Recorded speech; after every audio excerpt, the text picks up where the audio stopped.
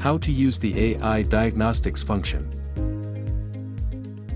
The AI Diagnostics function provided by the Ruijie Reyee app can quickly detect and resolve network issues, ensuring swift network recovery without disrupting service operations. Log into the Ruijie Reyee app. Note, the login credentials for Ruijie Reyee app are the same as those for Ruijie Cloud.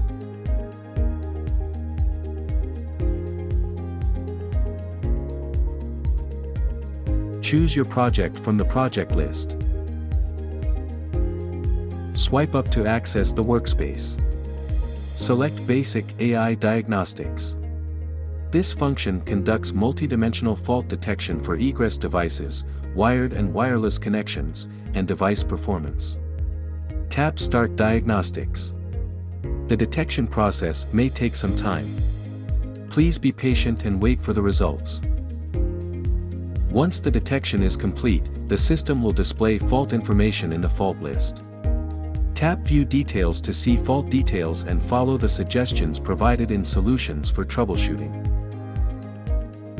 To follow this issue, comment on our video or send an email to us.